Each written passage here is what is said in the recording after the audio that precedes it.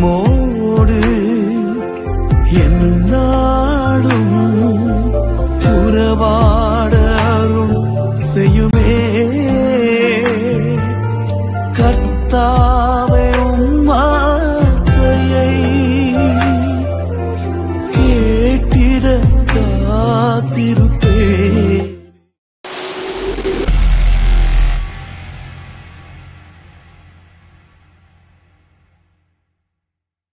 இருந்து நான் ஆண்டவருக்கு மகிமையும் கனத்தையும் ஸ்தோத்திரத்தையும் செலுத்துகிறேன். டெலிவரன்ஸ் மினிஸ்ட்ரீஸ்க்காக நான் ஆண்டவருக்கு நன்றி சொல்லுகிறேன். பலவிதமான ஆன்லைன் ஊழியர்கள் மூலமாக ஆண்டவர் தம்முடைய பரிசுத்தமுள்ள நாமத்தை இந்த ஊழியத்தின் மூலமாய் மகிமைப்படுத்தி வருகிறார்.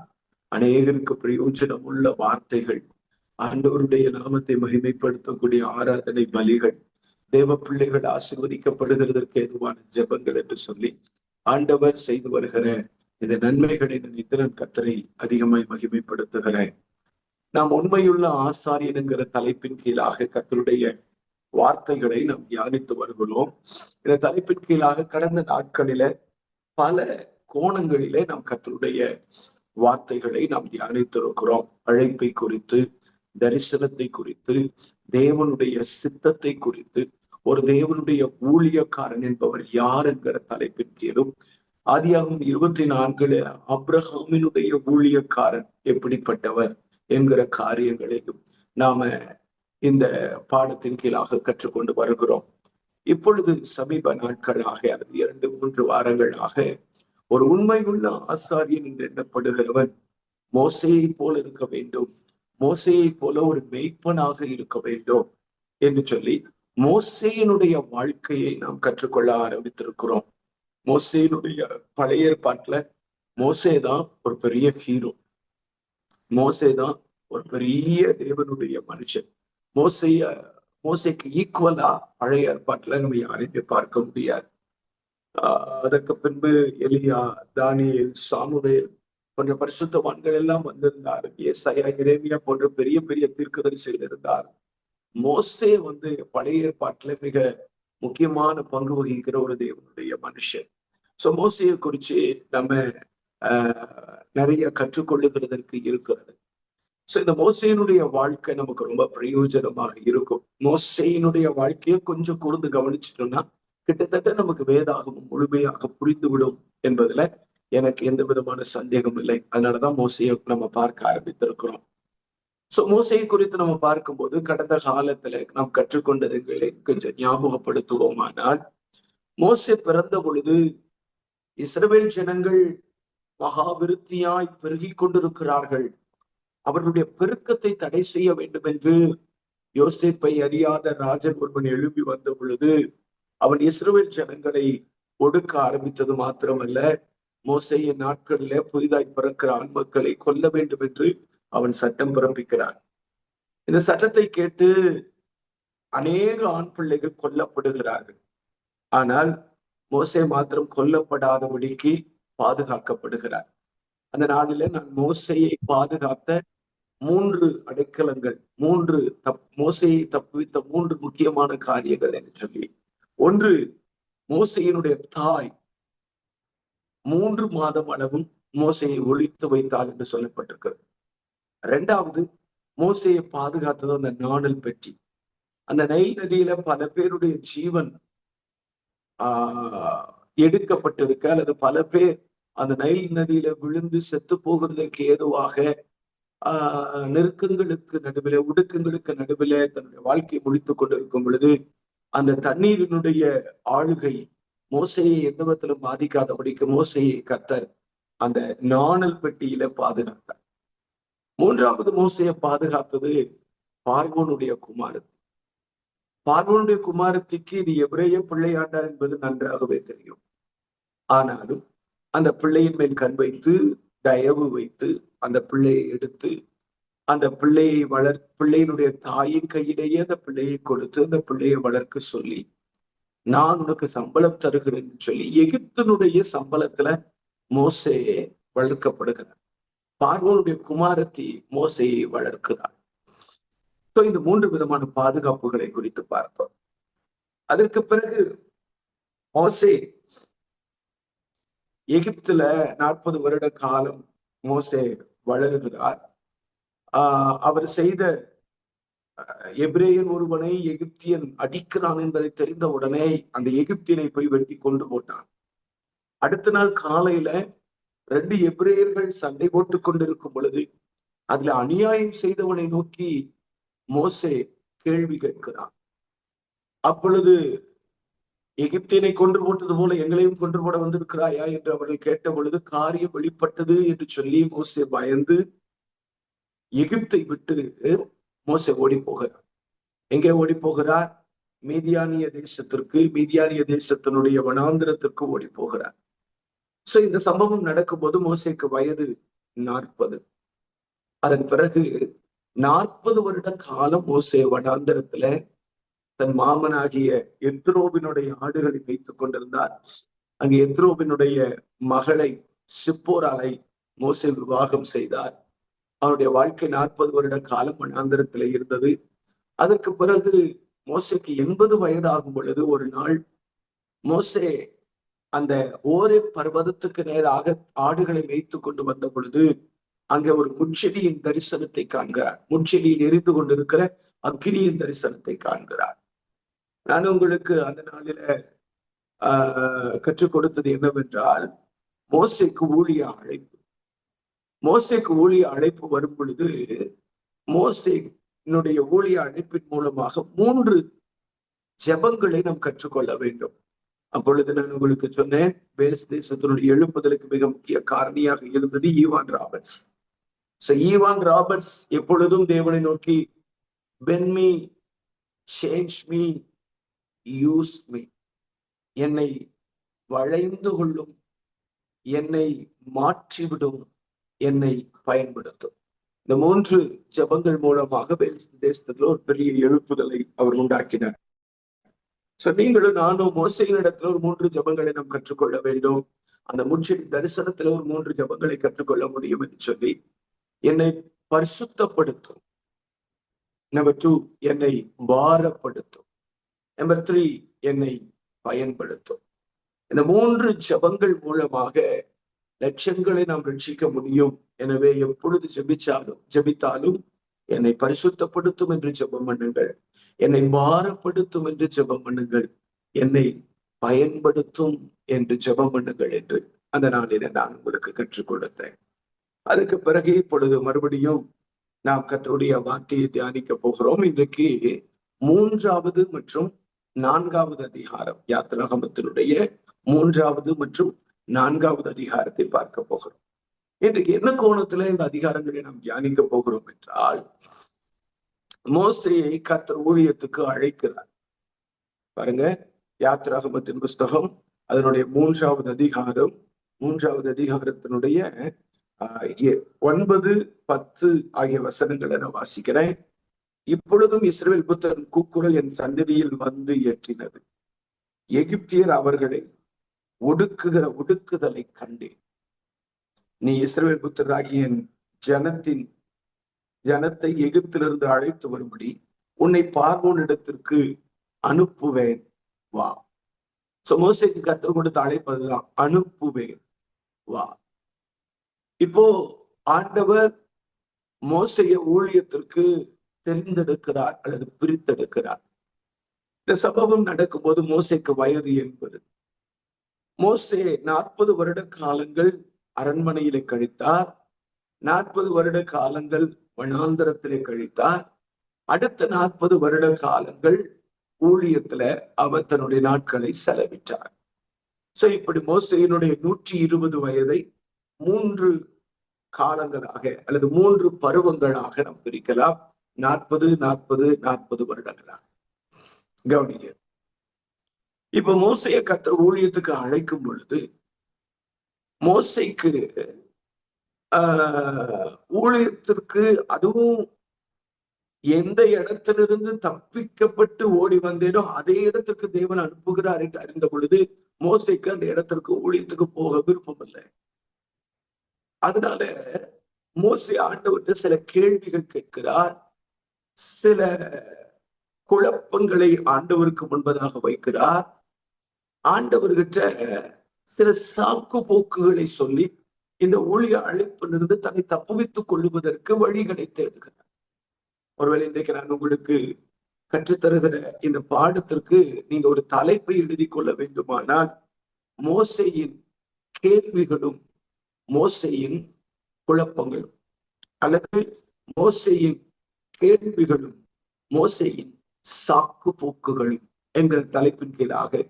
ஏன்னா சில நேரங்கள்ல நம்ம கூட நமக்கு விருப்பமில்லாத ஒரு காரியத்தை யாரேனும் ஒருவர் செய்யும்படி சொல்வார்களானால் அவங்க டைரக்டா அதெல்லாம் முடியாது, நான் போக மாட்டேன் அப்படின்னு நம்ம சொல்ல மாட்டோம். அப்படி சொல்லாம வேறு சில சாக்கு போக்குகளை சொல்லி அதுல இருந்து தப்புவிப்பதற்கு முயற்சி எடுப்போம் இல்லைங்களா? உதாரணத்துக்கு நம்மள ஒரு இடத்திற்கு போக சொல்றாங்க அப்படின்னு சொன்னா, நமக்கு அங்க போக பிடிக்கல அப்படின்னு சொன்னா நம்ம என்ன சொல்லுவோம்னா, எனக்கு உடம்பு சரியில்லை, எனக்கு த்ரோட் இன்ஃபெக்ஷன், எனக்கு எனக்கு சரீரம் பலவீனமா இருக்கு. சோ இதையெல்லாம் தாண்டி நம்ம அங்க போக முடியும், ஆனா போக விருப்பம் இல்லை. அதனால என்ன சொல்றோம்னா சாக்கு போக்குகளை சொல்லுது.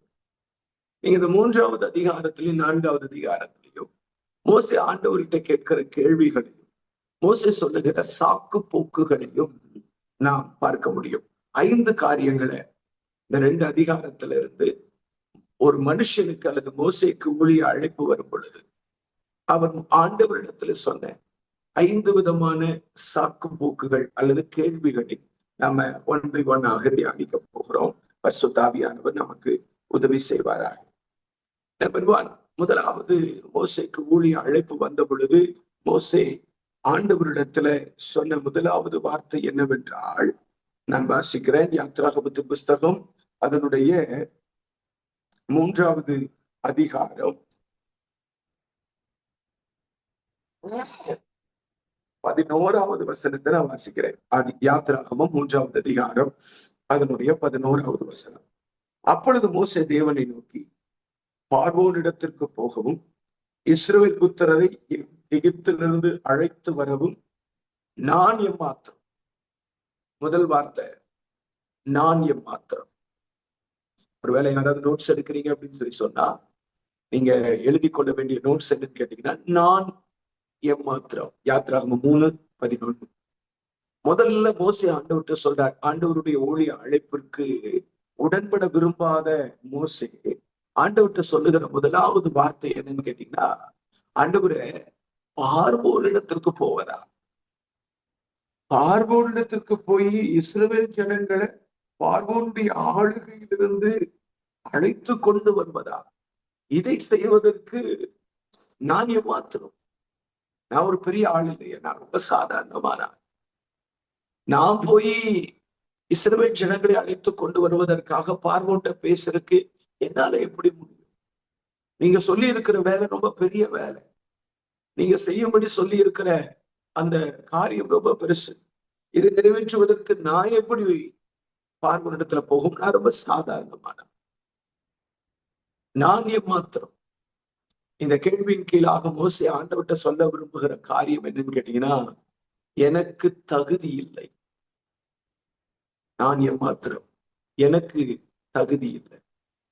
இன்னைக்கு நிறைய பேரு என்ன நினைக்கிறாங்க அப்படின்னு சொல்லி சொன்னா, எனக்கு தகுதி இல்லை, நான் இந்த ஊழியத்தை செய்வதற்கு எனக்கு தகுதி இல்லை, நான் இந்த ஊழியத்துல நிற்பதற்கு எனக்கு தகுதி இல்லை, நான் இந்த காரியத்தை செய்வதற்கு எனக்கு தகுதி இல்லை. இப்படி நினைக்கிறவர்கள் அநேகர் உண்டு. ஒரு பிரசங்கிக்க சொன்னா அதற்கு சொல்லுகிறவர்கள் எனக்கு தகுதி இல்லைன்னு சொல்லுகிறவர்கள் உண்டு. ஒரு பாட்டு பாட சொன்னா எனக்கு தகுதி இல்லை அப்படின்னு சொல்லுகிறவர்கள் உண்டு. சோ இன்னைக்கு நிறைய பேர் என்ன பண்றாங்க அப்படின்னு கேட்டீங்கன்னா, தகுதி இல்லை என்கிற காரியங்களை சொல்லி தன்னைக்கு கொடுக்கப்பட்டிருக்கிற வேலையிலிருந்து தன்னை தப்புவித்துக் கொள்ளுவதற்கு பலவிதமான முயற்சிகளை எடுக்கிறார்கள். எல்லாம் கவனிங்க, ஒரு நாளும் நான் நம்முடைய பார்வைக்கு தகுதி உள்ளவர்கள் அல்ல.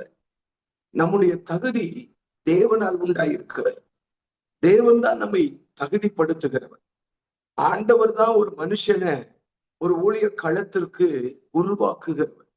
ஆண்டவர் இல்லை அப்படின்னு சொல்லி சொன்னா நிச்சயமாகவே நம்ம என்ன செய்ய முடியும் அப்படின்னு கேட்டீங்கன்னா, நம்மளை தகுதிப்படுத்திக் கொள்ளவோ அந்த காரியத்துக்காக உறுதிப்படுத்திக் கொள்ளவோ நிச்சயமாகவே நம்மனால முடியாது. சோ தேவன் நம்ம கிட்ட எதிர்பார்க்கிற விரும்புகிற ஒரு காரியம் என்ன அப்படின்னு சொல்லி கேட்டீங்கன்னா, ஆண்டவர் நம்மை தகுதிப்படுத்துகிறவர் என்கிறத நாம் புரிந்து கொள்ள வேண்டும். தேவன் தான் என்னை தகுதிப்படுத்துகிறார், என்னுடைய தகுதி தேவனால் உண்டாயிருக்கிறது என்பதை எப்பொழுதுமே நம்ம ஆண்டவருடைய பிரசன்னத்துல நாம் கற்றுக்கொள்ள வேண்டியதும் அறிந்து கொள்ள வேண்டியதும் ரொம்ப முக்கியமானது என்பதை நீங்கள் புரிந்து கொள்ள வேண்டும். நம்ம ஆண்டவர் ஒரு மனுஷனும் மேல வச்சிருக்கிற தரிசனம் அல்லது தேவ திட்டம் அப்படிங்கிறது நம்முடைய தகுதிக்கு ஒத்ததாக நிச்சயமாகவே இருக்க. எப்பொழுதுமே தேவன் அவருடைய ஊழிய பொறுப்புகளை, அவருடைய தரிசனத்தை தம்முடைய பிள்ளைகள் மேல வைக்கும் பொழுது தகுதிக்கு மிஞ்சினதை தான் அவங்க மேல தரிசனமாக கர்த்தர் வைக்கிறார். தகுதிக்கு தக்கதை ஆண்டவர் ஒரு நாளும் தம்முடையவர்களுக்கு கொடுக்கறது இல்லை. இப்போ உதாரணத்துக்கு சொல்றேன் பாருங்க, இப்ப நான் ஆண்டுடைய ஊழியக்காரன் உங்க முன்னாடி ஆண்டுடைய வார்த்தையை பேசிட்டு இருக்கிறேன்னா, எனக்கு இந்த வார்த்தைகள் எல்லாம் பேசுவதற்கு பிரசங்கிப்பதற்கு தகுதி இருக்குதா அப்படின்னு கேட்டீங்கன்னா நிச்சயமாகவே தகுதி கிடையாது. இன்னைக்கு ஊழிய காலத்துல நின்று ஒரு சபையை விசாரித்து நடத்துகிறதுக்கு எனக்கு தகுதி இருக்குதா அப்படின்னு சொல்லி கேட்டீங்கன்னா நிச்சயமாகவே தகுதி கிடையாது. எனக்கு தெரியும் என்னுடைய பேக்ரவுண்ட் என்ன, என்னுடைய படிப்பு என்ன, என்னுடைய திறமை என்ன, என்னுடைய பலன் என்ன எனக்கு தெரியும். அப்ப என் மேல கர்த்தர் வச்சிருக்கிற அந்த தரிசனத்தையும் என்னுடைய திறமையையும் அல்லது என்னுடைய பின்னணியையும் நான் பார்க்கிறேன். ஆண்டவருடைய தரிசனத்துக்கும் என் வாழ்க்கைக்கும் கொஞ்சம் கூட சம்மந்தமே கிடையாது. அப்போ தகுதிக்கு மிஞ்சின ஊழியத்தை தான் நாம் ஆண்டவரிடத்துல பெற்றிருக்கிறேன். நல்லா புரியுதா அப்படின்னு கேட்டீங்கன்னா நிச்சயமாகவே தகுதி கிடையாது. இன்னைக்கு ஊழிய காலத்துல நின்று ஒரு சபையை விசாரித்து நடத்துகிறதுக்கு எனக்கு தகுதி இருக்குதா அப்படின்னு சொல்லி கேட்டீங்கன்னா நிச்சயமாகவே தகுதி கிடையாது. எனக்கு தெரியும் என்னுடைய பேக்ரவுண்ட் என்ன, என்னுடைய படிப்பு என்ன, என்னுடைய திறமை என்ன, என்னுடைய பலன் என்ன எனக்கு தெரியும். அப்ப என் மேல கர்த்தர் வச்சிருக்கிற அந்த தரிசனத்தையும் என்னுடைய திறமையையும் அல்லது என்னுடைய பின்னணியையும் நான் பார்க்கிறேன். ஆண்டவருடைய தரிசனத்துக்கும் என் வாழ்க்கைக்கும் கொஞ்சம் கூட சம்மந்தமே கிடையாது. அப்போ தகுதிக்கு மிஞ்சின ஊழியத்தை தான் நாம் ஆண்டவரிடத்துல பெற்றிருக்கிறேன். நல்லா புரிந்து கொள்ளுங்க, தேவன் எப்பொழுதுமே எந்த ஒரு தேவ பிள்ளைகளுக்கும் எந்த ஒரு தேவ ஊழியர்களுக்கும் தகுதிக்கு மிஞ்சினதைத்தான் ஆண்டவர் அவர்கள் மேல் வைக்கிறார். தகுதிக்கு மிஞ்சின காரியத்தை ஆண்டவர் தம்முடைய பிள்ளைகளுக்கு தருகிறார். சோ இப்ப இங்க என்னை கேட்டுக்கொண்டிருக்கிற தேவனுடைய பிள்ளைகள் ஆகிய தேவனுடைய ஊழியர்கள் ஆகிய நீங்க கூட எந்த ஒரு காரியத்துக்குமே எனக்கு தகுதி இல்லைன்னு நினைக்காது. எந்த ஒரு தரிசனத்துக்கும் எந்த ஒரு ஊழியத்திற்கும் எந்த ஒரு காரியத்திற்கும் எனக்கு தகுதி இல்லைன்னு சொல்லி ஒரு நாளும் எதையும் தட்டி விட்டு விடாது. நம்ம தகுதி இல்லைன்னு சொல்லி எதையாவது நம்ம தள்ளி விட்டு விட்டால் நிச்சயமாகவே அந்த காரியத்துல எப்பொழுதுமே நாம் தகுதி அடைய முடியாது. ஒரு வசனத்தை நான் உங்களுக்கு வாசிக்கிறேன் பாருங்க. அப்போஸ்தலனாகிய பவுல் கொரிந்து சபைக்கு எழுதும் பொழுது அதனுடைய 2வது நிருபத்தின் 3வது வசனம் இப்படி சொல்லுகிறது. 2 கொரிந்தியர் 3வது அதிகாரத்தினுடைய 5வது வசனத்தை நான் உங்களுக்கு வாசிக்கிறேன். எங்களால் ஏதாகிலும் ஆகும் என்பது போல ஒன்றை யோசிக்கிறதற்கு நாங்கள் எங்களாலே தகுதியானவர்கள் அல்ல. பவுல் என்ன வார்த்தைகளை பயன்படுத்துறார் பாருங்க.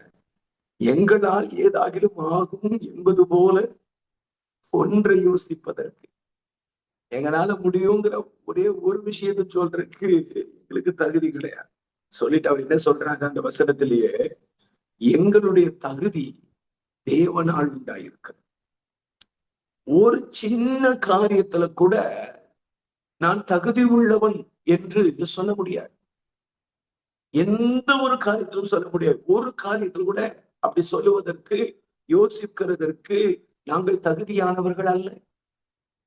சொல்லிட்டு சொல்றாரு, எங்கள் தகுதி தேவனால் உண்டாயிருக்கு. அப்ப புரிந்து கொள்ளுங்க, தேவன் தான் நம்மை தகுதிப்படுத்துகிறவர். ஆண்டவர் தான் நம்மை தகுதிப்படுத்துகிறவர். நம்முடைய தகுதி தேவனால் உண்டாயிருக்கிறது. சோ தேவன் நம்மை தகுதிப்படுத்தும் பொழுது நாம் எனக்கு தகுதி இல்லையே அப்படின்னு சொல்லி ஒரு நாளும் நாம் புலம்பிக் கொண்டு அழுது கொண்டு அங்கலாய்த்துக் கொண்டு நமக்கு கிடைக்கப்பட்டிருக்கிற பெரிய வாய்ப்புகளை அல்லல் தட்டி விட்டு இருப்பதுங்கிறது அது நம்மை நாமே மோசம் போக்கிக் கொள்ளுகிற காரியம். முதலாவது மோசே சொல்லுகிற சாக்கு போக்கு அல்லது கேள்வி என்னவென்றால், நான் எம்மாத்திரம், நான் எம்மாத்திரம், என்ன போய் நீங்க அனுப்புறேன்னு சொல்றீங்களே, நான் சாதாரணமான ஆள். நான் எபிரேயர்களில ஒரு எபிரேய தாய் தகப்பனுக்கு மகனாக பிறந்தவன், அவ்வளவுதான். இப்ப 40 வருஷமா அந்த காட்டுக்குள்ள ஆடுகளோடு கிடக்கிறேன். நான் போய் எப்படி பார்வோனுக்கு முன்பாக நிற்க முடியும்?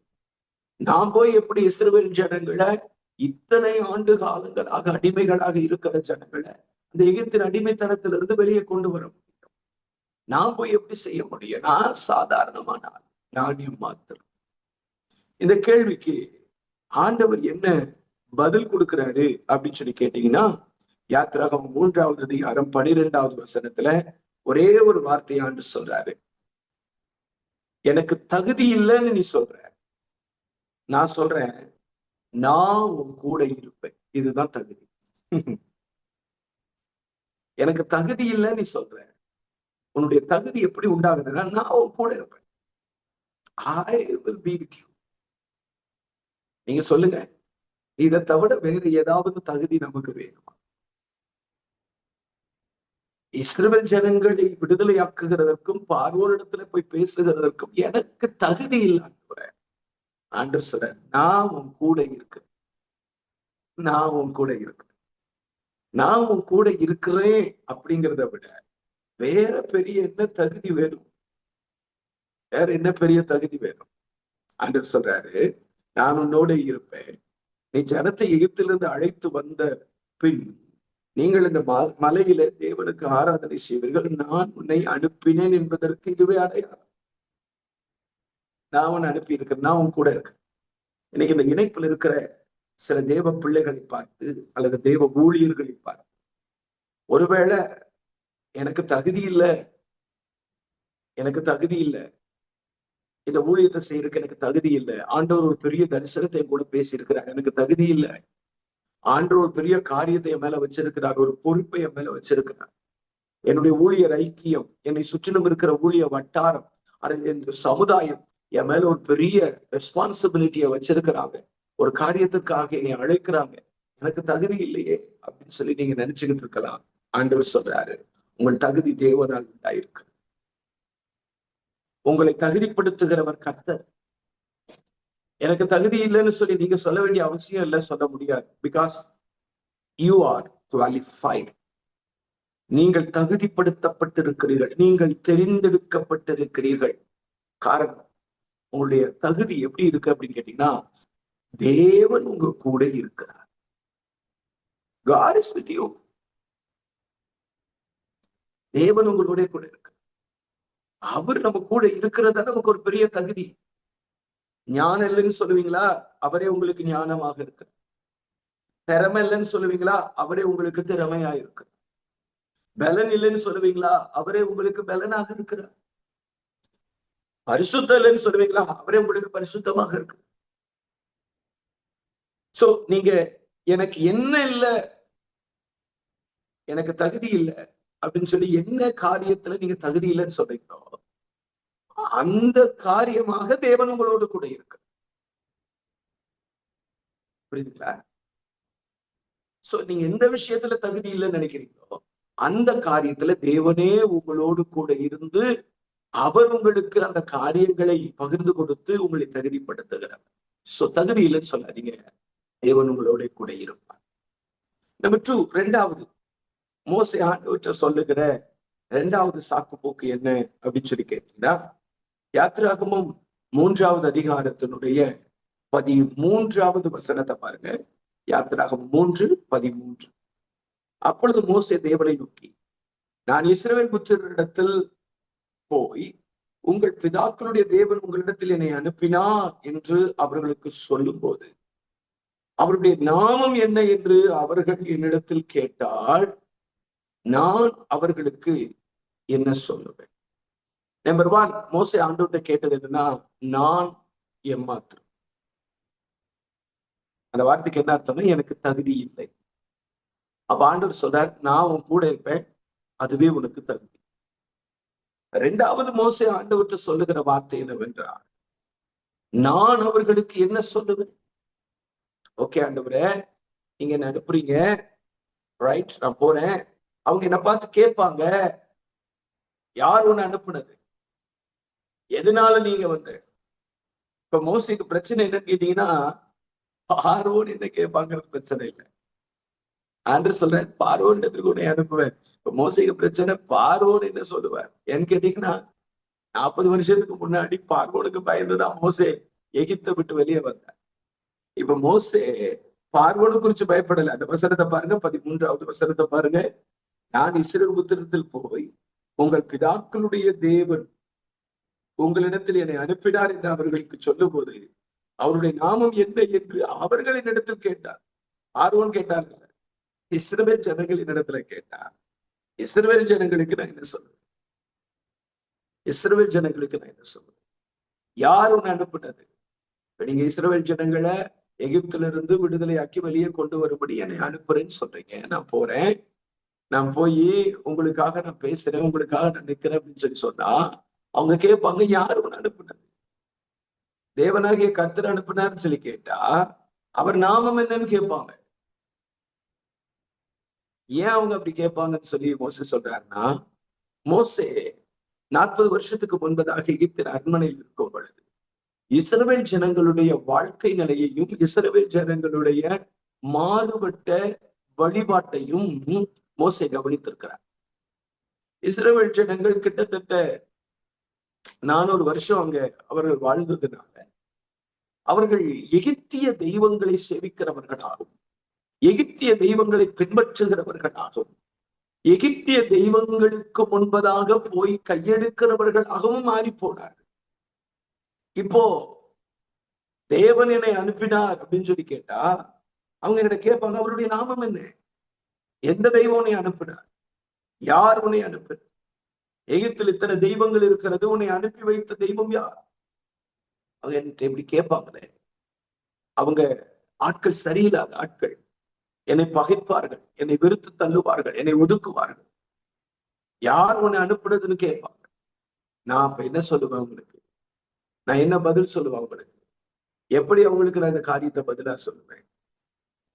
அப்படி கேட்கும் பொழுது ஆண்டவர் அதற்கு பதில் கொடுக்கிறார். என்னன்னு கேட்டீங்கன்னா 14வது வசனத்துல, இருக்கிறவராகவே இருக்கிறேன் என்று மோசேயுடன் சொல்லி, இருக்கிறேன் என்பவர் என்னை உங்களிடத்திற்கு அனுப்பினார் என்று இஸ்ரவேல் புத்திரருடைய சொல்வாயாக.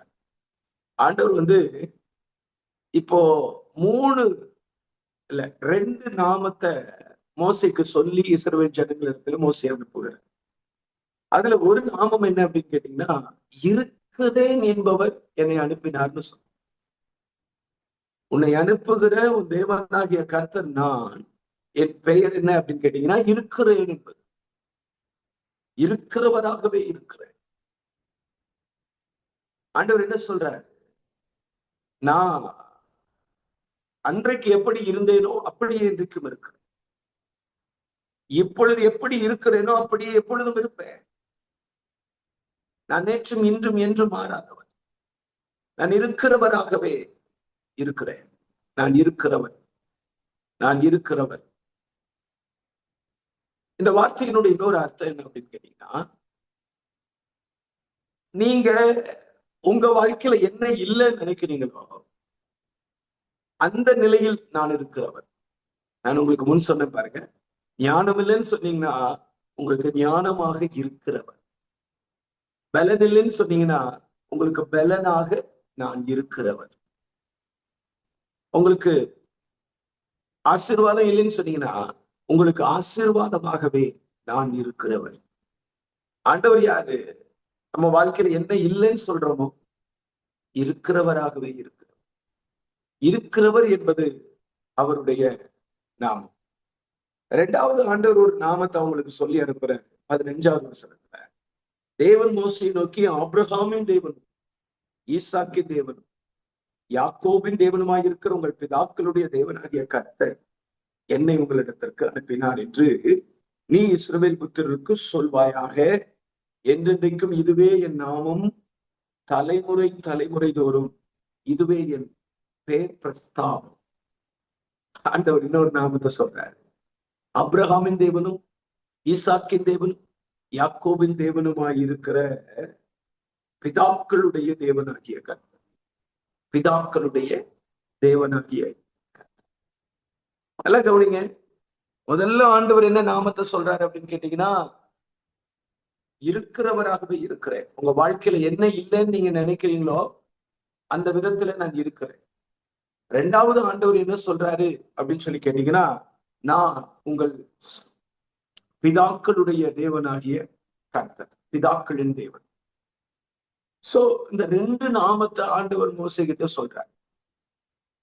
இஸ்ரவேல் ஜனங்கள் உங்ககிட்ட உன்னை அனுப்புனது யாரு, அவருடைய நாமம் என்ன அப்படின்னு சொல்லி கேட்டா, இந்த ரெண்டு நாமத்தையும் சொல்லு அவர்களுக்கு, அப்பொழுது அவர்கள் உனக்கு செவி கொடுப்பார்கள், உன்னை நம்புவார்கள் அப்படின்னு ஆண்டவர் சொல்றார்.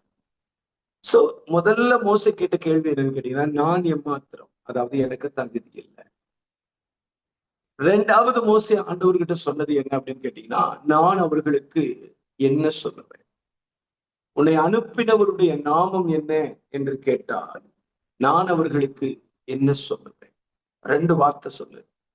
ஒண்ணு, உன்னை அனுப்பினவர் இருக்கிறவராகவே இருக்கிறவர். ரெண்டாவது அவர்கிட்ட சொல்லு, அவர் உங்கள் பிதாக்களின் தேவனாகிய கர்த்தர். இந்த ரெண்டு விஷயத்த சொல்லினா அவங்க உனக்கு செவி கொடுப்பார்கள், உன்னை நம்புவார்கள் அப்படின்னு சொல்லி ஆண்டவர் மோசே கிட்ட சொல்லி அனுப்புகிறார். ஓகே, ரெண்டு. அடுத்தது மூன்றாவது வார்த்தை, மோசே ஆண்டவர்கிட்ட சொல்லுகிற மூன்றாவது வார்த்தை என்ன அப்படின்னு கேட்டீங்கன்னா, 4வது அதிகாரம் 1 வசனம். 4வது அதிகாரம் 1 வசனம். அப்பொழுது மோசே, அவர்கள் என்னை நம்பார்கள், என் வாக்குக்கு செவி கொடார்கள், கர்த்தர் உனக்கு தரிசனமாகவில்லை என்று சொல்லுவார்கள். மூன்றாவது மோசே சொல்றாரு, என்னை நம்ப மாட்டார்களே, எனக்கு செவி கொடுக்க மாட்டார்களே, நீ தேவனுமாய் இருக்கிற பிதாக்களுடைய தேவனாகிய கர்த்தர், பிதாக்களுடைய தேவனாகிய கர்த்தர். நல்லா கவனிங்க. முதல்ல ஆண்டவர் என்ன நாமத்தை சொல்றாரு அப்படின்னு கேட்டீங்கன்னா, இருக்கிறவராகவே இருக்கிறேன். உங்க வாழ்க்கையில என்ன இல்லைன்னு நீங்க நினைக்கிறீங்களோ அந்த விதத்துல நான் இருக்கிறேன். ரெண்டாவது ஆண்டவர் என்ன சொல்றாரு அப்படின்னு சொல்லி கேட்டீங்கன்னா, நான் உங்கள் பிதாக்களுடைய தேவனாகிய கர்த்தர், பிதாக்களின் தேவன். சோ இந்த ரெண்டு நாமத்தை ஆண்டவர் மோசே கிட்ட சொல்றார். இஸ்ரவேல் ஜனங்கள் உங்ககிட்ட உன்னை அனுப்புனது யாரு, அவருடைய நாமம் என்ன அப்படின்னு சொல்லி கேட்டா, இந்த ரெண்டு நாமத்தையும் சொல்லு அவர்களுக்கு, அப்பொழுது அவர்கள் உனக்கு செவி கொடுப்பார்கள், உன்னை நம்புவார்கள் அப்படின்னு ஆண்டவர் சொல்றார். சோ முதல்ல மோசே கேட்ட கேள்வி என்னன்னு கேட்டீங்கன்னா, நான் எம்மாத்திரம், அதாவது எனக்கு தகுதி இல்லை. ரெண்டாவது மோசே ஆண்டவர்கிட்ட சொன்னது என்ன அப்படின்னு கேட்டீங்கன்னா, நான் அவர்களுக்கு என்ன சொல்லுவேன், உன்னை அனுப்பினவருடைய நாமம் என்ன என்று கேட்டால் நான் அவர்களுக்கு என்ன சொல்லுவேன். ரெண்டு வார்த்தை சொல்லு. ஒண்ணு, உன்னை அனுப்பினவர் இருக்கிறவராகவே இருக்கிறவர். ரெண்டாவது அவர்கிட்ட சொல்லு, அவர் உங்கள் பிதாக்களின் தேவனாகிய கர்த்தர். இந்த ரெண்டு விஷயத்த சொல்லினா அவங்க உனக்கு செவி கொடுப்பார்கள், உன்னை நம்புவார்கள் அப்படின்னு சொல்லி ஆண்டவர் மோசே கிட்ட சொல்லி அனுப்புகிறார். ஓகே, ரெண்டு.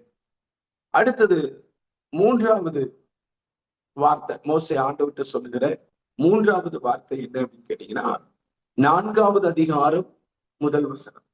4வது அதிகாரம் 1 வசனம். அப்பொழுது மோசே, அவர்கள் என்னை நம்பார்கள், என் வாக்குக்கு செவி கொடார்கள், கர்த்தர் உனக்கு தரிசனமாகவில்லை என்று சொல்லுவார்கள்.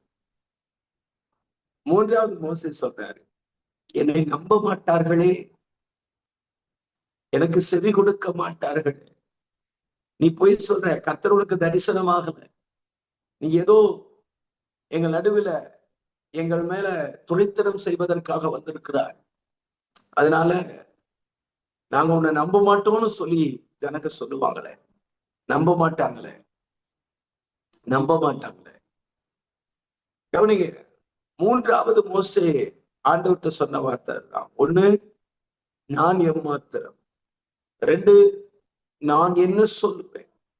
மூன்று, என்னை நம்ப மாட்டார்களே, என்னை நம்ப மாட்டார்கள். இப்போ மோசேனுடைய பிரச்சனை என்ன அப்படின்னு,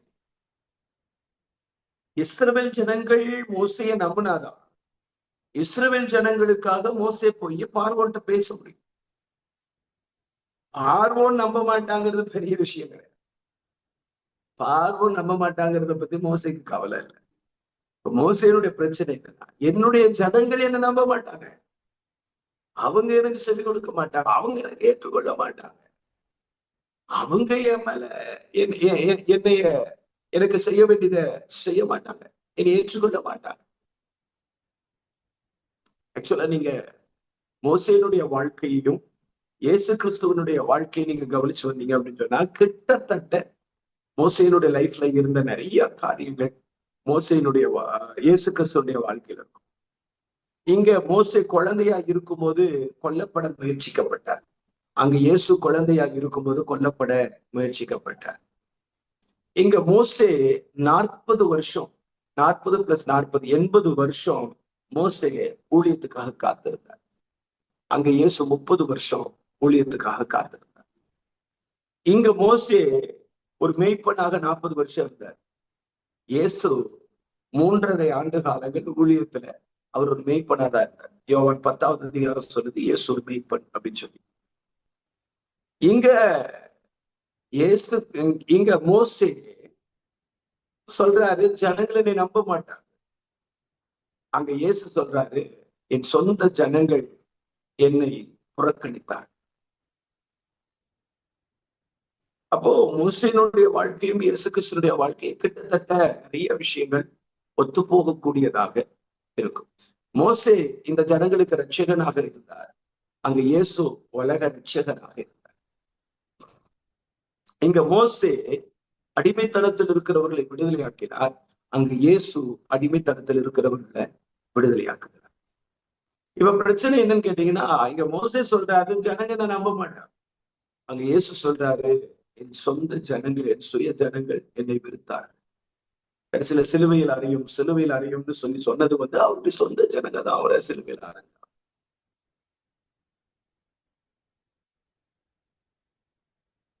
சோ மோசேனுடைய 3வது வார்த்தை என்னன்னு கேட்டீங்கன்னா, என்னை நம்ப மாட்டார்கள். இந்த வார்த்தையை மோசே ஆண்டவர்கிட்ட சொன்ன உடனே ஆண்டவர் என்ன செய்யறான்னு கேட்டீங்கன்னா, 3 அடையாளங்களை மோசேக்கு ஆண்டவர் கொடுக்கிறார். என்னை நம்ப மாட்டார்களேன்னு சொல்லி நீ சொல்லுவேனா, ஜனங்கள் உன்னை நம்புவதற்கு நான் ஒரு 3 அடையாளங்களை உனக்கு தருகிறேன். இந்த 3 அடையாளங்களை ஜனங்களுக்கு முன்பாக நீ செய்வாயானால், அந்த 3 அடையாளங்களும் ஜனங்களை நம்ப வைக்கும். இந்த 3 அடையாளங்களுக்கு பிறகு ஜனங்கள் உன்னை நம்புவார்கள். அது என்ன அப்படின்னு கேட்டீங்கன்னா, 1 கோலும் சர்ப்பம். ஆண்டவர் சொல்றாரு மோசே கிட்ட, உன் கையில இருக்கிறது என்ன? கோல் ஆண்டவரே, அதை கீழே போடு. கீழே போட்டா கீழே விழுந்த கோல் சர்ப்பமா மாறிச்சு. மோசே அதை பார்த்து பயந்து போனான். ஆண்டவர் சொல்றாரு அதனுடைய வாள் பிடியில. மோசே பிடிச்ச உடனே அது மறுபடியும் கோலா மாறிச்சு. சோ முதல் அடையாளம் கோலும் சர்ப்பமும்.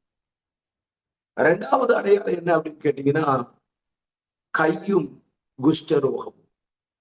ஆண்டவர் சொல்றாரு மோசேயினுடைய கைய உன்னுடைய மடியில போடு, அதை வெளியே எடுத்து மோசே பார்க்கிற கையெல்லாம் குஷ்டரோகம் ஆயிடுச்சு. மறுபடியும் மடியில போடு, ஓகே, வெளியே எடுத்து பார்க்கிறான், கை முந்தி போல சரியாச்சு. சோ 2வது ஆண்டவர் மோசைக்கு கொடுத்த அடையாளம்னு கேட்டீங்கன்னா கையும் குஷ்டரோகம். 3வது ஆண்டவர் மோசைக்கு கொடுத்த அடையாளம் என்னன்னு கேட்டீங்கன்னா தண்ணீரும் ரத்தம். ஆண்டவர் சொல்றாரு, நீ போய் நைல் நதியிலிருந்து கொஞ்சம் தண்ணியை எடுத்து அந்த தண்ணிய தரையில வெட்டாந்தரையில ஊற்று. நீ அந்த தண்ணியை எடுத்து தரையில ஊத்துனா அது ரத்தமாக மாறும் அப்படின்னு சொன்னார். பாருங்க 9வது வசனம் பாருங்க. இவ்விரண்டு அடையாளங்களையும் அவர்கள் நம்பாமலும் உன் வாக்குக்கு செவிகொடாமலும் இருப்பார்களானால் அப்பொழுது நதியின் தண்ணீரை முண்டு நிலத்தில் ஊற்றுவாயார். நதியில் முண்ட தண்ணீர் வெட்டாந்தரையில ரத்தமாகும். 3வது அடையாளம் என்னன்னு கேட்டீங்கன்னா தண்ணீரும் ரத்தம்.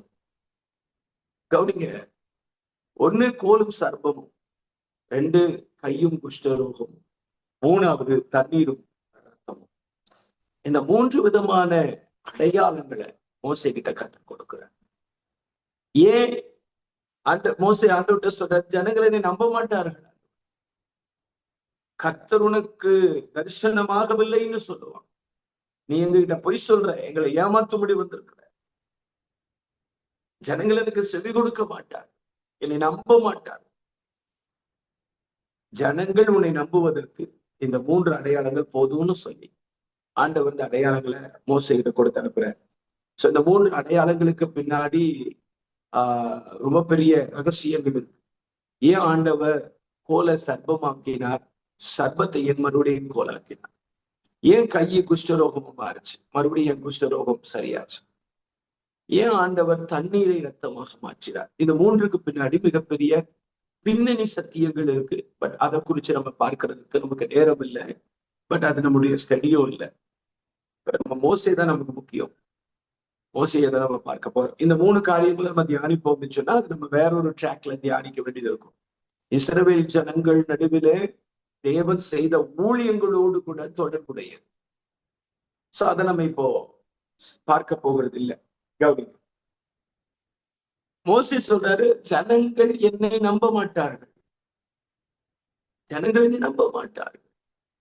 ஆண்டவர் அடையாளங்களை கொடுத்து மோசையை ஜனங்கள் நம்ப பண்ணும்படியான காரியங்களை, அதிகாரங்களை மோசே கையில கொடுத்து ஆண்டவர் மோசையை அனுப்புகிறார்.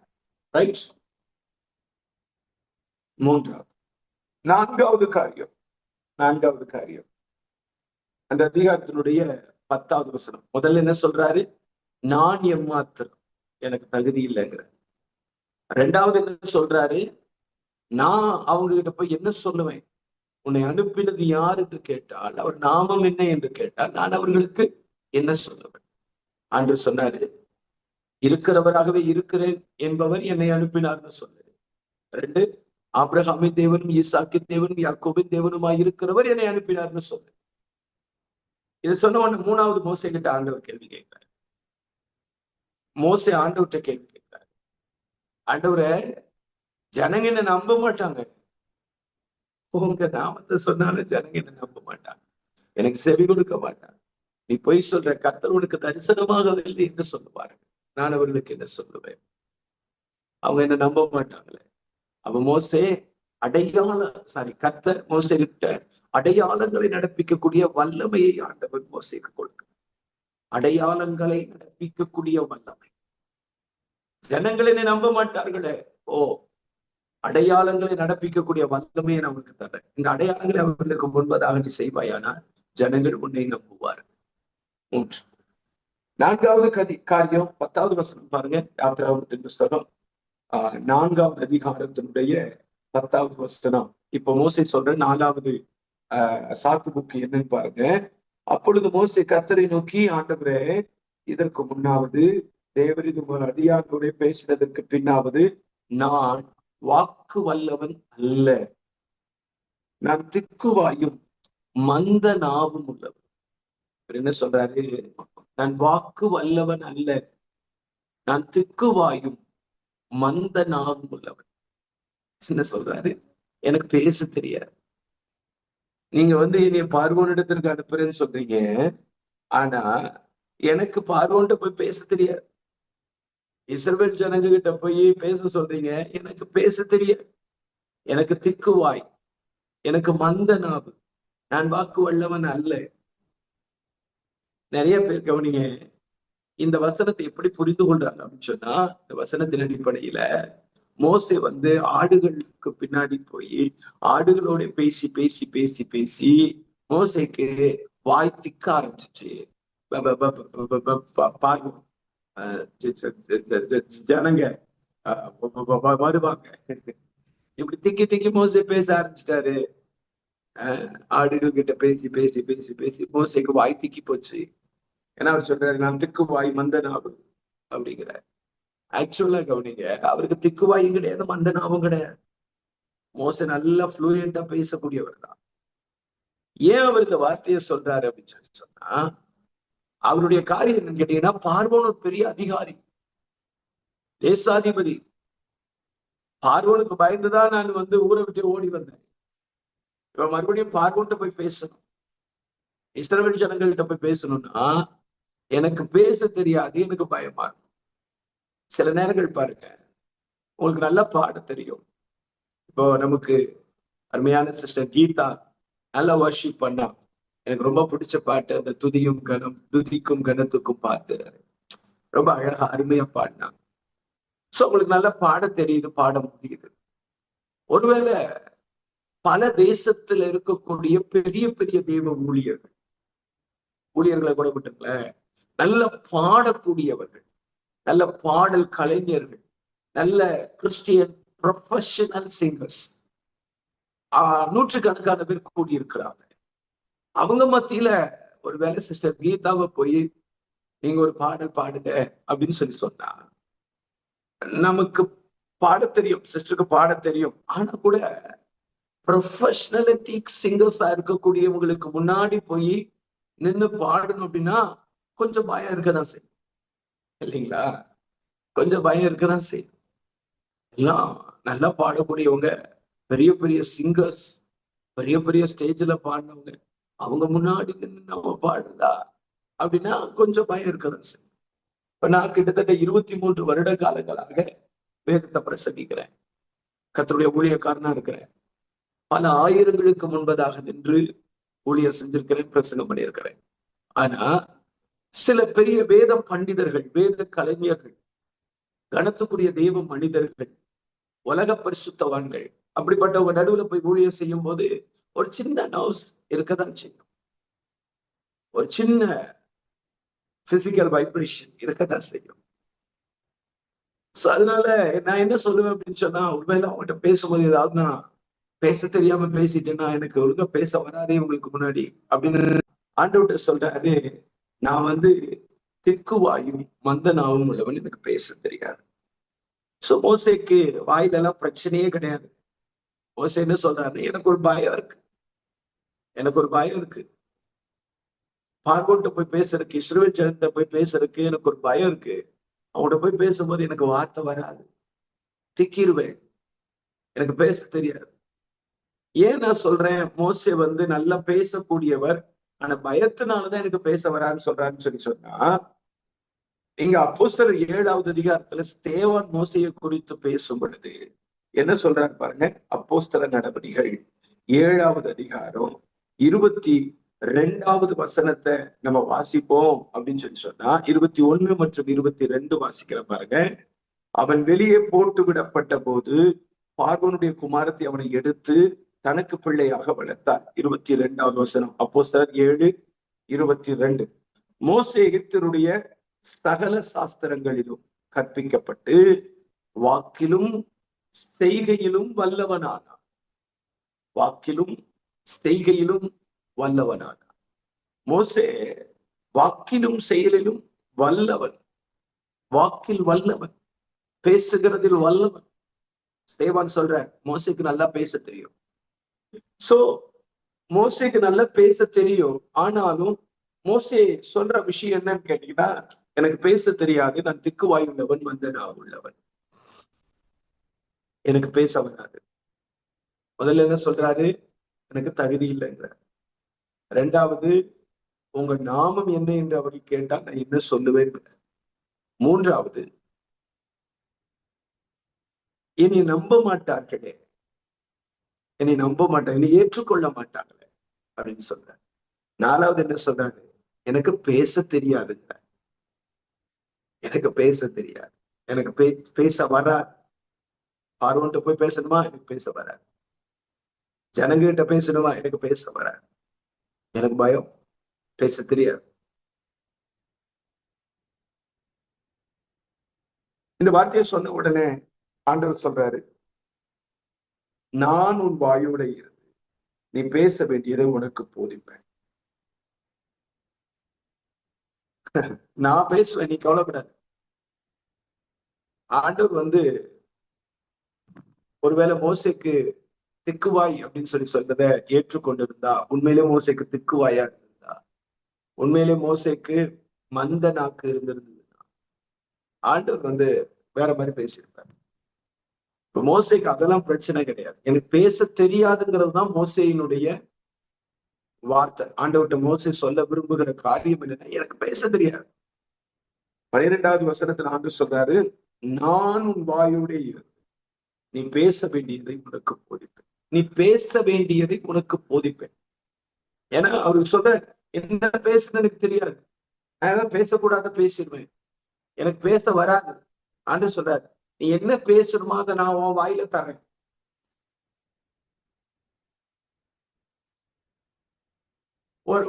உன் வாயோட இருந்து நான் பேசுறேன். உன் வாயில நான் என் வார்த்தைய போடுறேன். நீ ஏன் கவலைப்படுற? நான் பேசுறேன், நீ ஏன் கவலைப்படுற? இப்பவும் மோசைய கத்தர் விடுறதா இல்ல.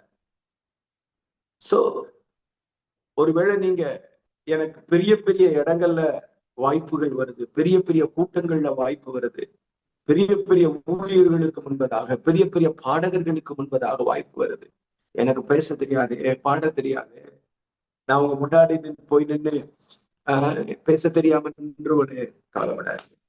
ஆண்டவர் சொல்ற, நானும் வாயோட இருந்து பேசுவேன். நீ பேச வேண்டியதை உனக்கு போதிப்பேன், நீ பேச வேண்டியதை உனக்கு சொல்லுவேன், உன் வாயில என் வார்த்தையை வைப்பேன். எரேமியா அப்படிதான் சொல்றாரு, ஆண்டவரே நான் சிறு பிள்ளையா இருக்கிறேன், நான் பேசாதீங்க. எரேமியாவுடைய வாயை தொட்டு என் வார்த்தையை நான் உன் வாயில போடுறேங்கிற. இன்னைக்கு ஆண்டவர் உங்களை பார்த்து சொல்றாரு, எனக்கு பேச தெரியாதுன்னு சொல்லாதீங்க, உங்க வாயில தேவன் வார்த்தையை போடுவார். ஆண்டவர் உங்க வாயில வார்த்தையை போடுவார். ஆண்டவர் பேசுவார். நீங்க ஏன் பேசணும், இல்ல நான் ஏன் பேசணும்? கர்த்தர் நம்முடைய நாவை கையில் எடுப்பார். கர்த்தருடைய வார்த்தை நம்முடைய நாவிலே, நம்முடைய வாயில வைக்கப்படும். கவலைப்படாது. சோ மோசையினுடைய 4வது சாக்கு போக்கு என்னன்னு கேட்டீங்கன்னா, எனக்கு பேச தெரியாது. கடைசியாக மோசையினுடைய சாக்கு போக்கு என்ன அப்படின்னு கேட்டீங்கன்னா, 13வது வசனம், 4வது அதிகாரம் 13வது வசனம். அதற்கு அவன், அதற்கு மோசே, ஆண்டவரே நீர் அனுப்ப சித்தமாய் இருக்கிற யாரையாகிலும் அனுப்பும், என்னை விட்டுவிடும். மோசே சொல்ற, நீர் அனுப்ப சித்தமாய் இருக்கிற யாரையாகிலும் அனுப்பும், யாரையாவது அனுப்புங்க, நான் போல வேற யாரையாவது. சில நேரங்கள்ல நம்ம என்ன பண்ணுவோம்னு கேட்டீங்கன்னா, நமக்கு ஏதாவது வாய்ப்பு வரும் பொழுது நம்ம மற்றவங்களை ரெஃபர் பண்ணுவோம். அவங்கள கூப்பிடுங்க, அவங்க வருவாங்க, இவங்களை கூப்பிடுங்க, இவங்க வருவாங்க, அவங்கள கூப்பிட்டு போங்க அப்படின்னு வேற யாரையாவது நம்ம ரெஃபர் பண்ணுவோம். பாத்துருக்கீங்களா? சோ இன்னொருத்தரை நம்ம ரெஃபர் பண்றோம் அப்படின்னு சொன்னா என்ன அர்த்தம்னு கேட்டீங்கன்னா, நமக்கு விருப்பம் இல்லைன்னு அர்த்தம், நமக்கு போக விருப்பம் இல்லை. மோசே சொல்றார், நீர் அனுப்ப சித்தமாய் இருக்கிற யாரையாகிலும் பண்ணும். இந்த வார்த்தைக்கு என்ன அர்த்தம் அப்படின்னு கேட்டீங்கன்னா, எனக்கு விருப்பம் இல்லை ஆண்டவர். மோசே சொல்ற 5வது காரியம், எனக்கு நீங்க சொல்ற இடத்துக்கு போகிறதுக்கு விருப்பம் இல்லை, என்னை விட்டுருங்க, இப்படியே ஆடுகளோட ஆடுகளா என் வாழ்க்கையை நான் முடிச்சுக்கிறேன். எனக்கு நல்லா இருக்கு. நீங்க பாருங்க, 40வது வயதுல மோசே போய் மீதியான் தேசத்து ஆசாரியனாக இருந்த எத்ரோ வீட்டுல ஆடுகள் மேய்க்கிறவனாக ஏற்படுத்தப்பட்டு அவருக்கே மருமகனாக்கப்பட்டு 40வது வயசுல அங்க போய் சேர்ந்தார். 80வது வயது வரைக்கும் அங்கதான் இருக்கிறார். மோசைக்கு 40 வருஷம் அங்க செட்டில்ட் ஆயிட்டார். மோசைக்கு அங்க ஒரு பிரச்சனையும் கிடையாது. He was settled there. அதனாலதான் இப்ப மோசே என்ன சொல்றாரு, விட்டு ஆண்டவரே, இந்த வாழ்க்கை நல்லா இருக்கு, இப்படியே என் வாழ்க்கையை நான் வாழ்ந்து முடிச்சிடுறேன், இன்னும் எவ்வளவு வருஷம் தெரியாது, இப்படியே நான் போயிடுறேன், என்னை விட்டுருங்க, வேற யாரையாவது அனுப்பு. வேற யாரையாவது சொல், யாருக்கையாவது பேசு. எனக்கு விருப்பம் இல்லை அப்படிங்கிற காரியத்தை மோசே ஆண்டவருக்கு தெரியப்படுத்தின உடனே நம்ம கவனிக்க வேண்டியது பாருங்க, 14வது வசனத்தினுடைய முன்பகுதி பாருங்க. அப்பொழுது கர்த்தர் மோசையின் மேல் கோபம் உண்டவராகி. இதுக்கு முன்னாடி 4 சாக்குப்போக்குகளை சொல்லும் பொழுது கர்த்தர் மோசே மேல் கோபப்படல.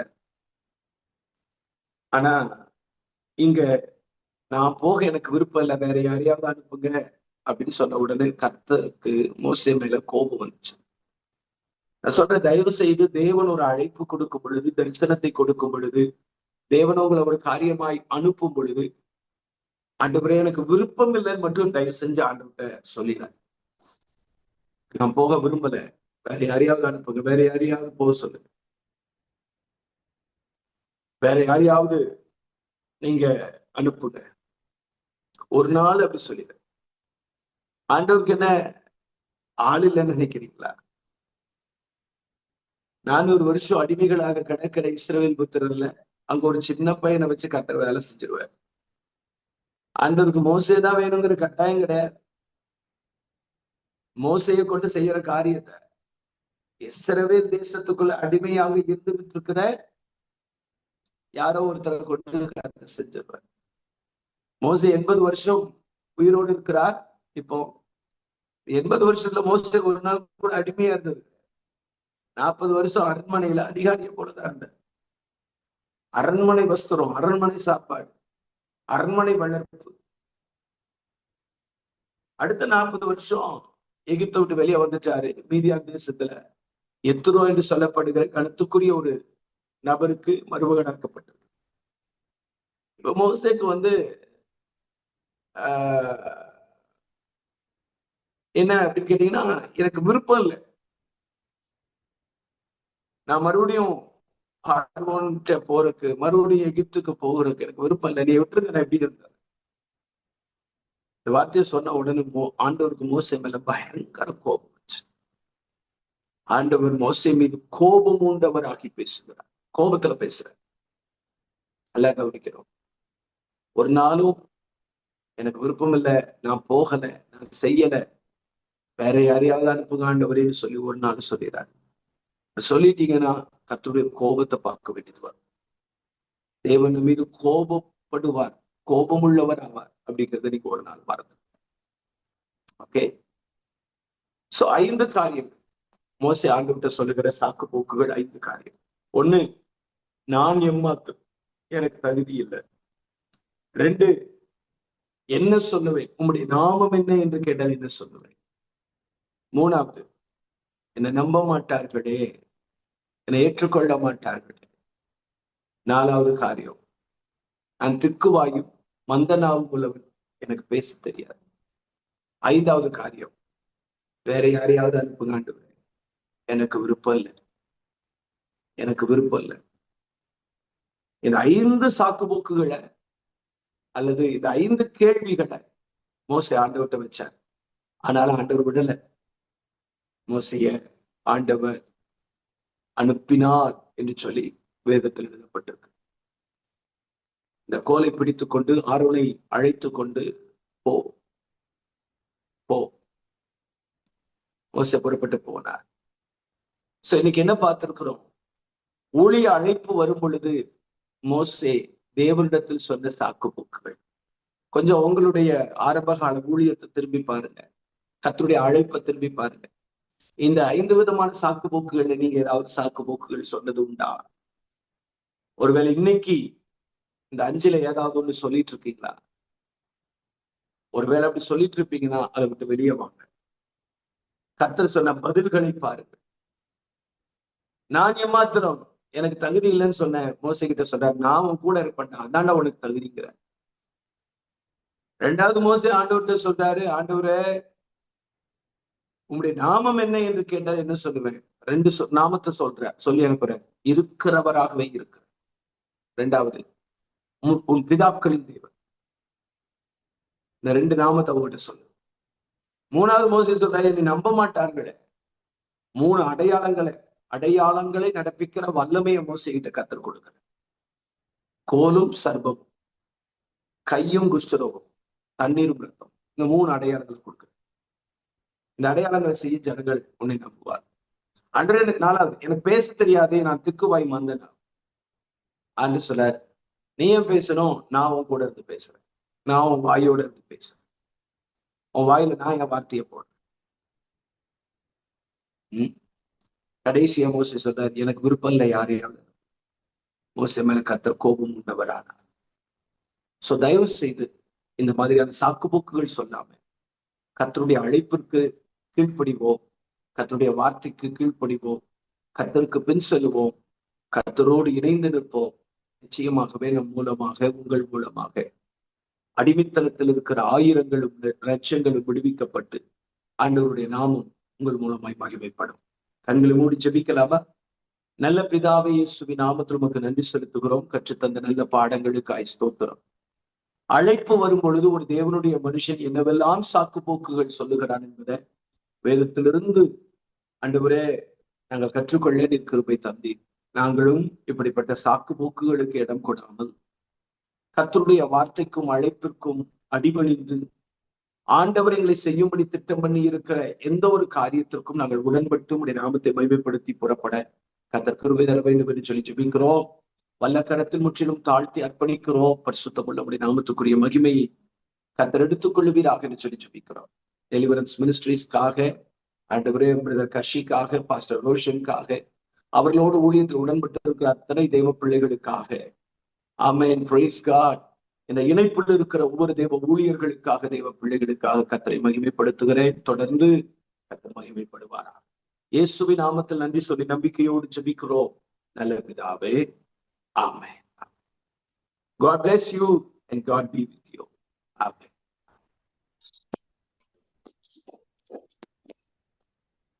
Amen, amen, amen. Thank you, Pastor. Thank you. Thank you, Lord.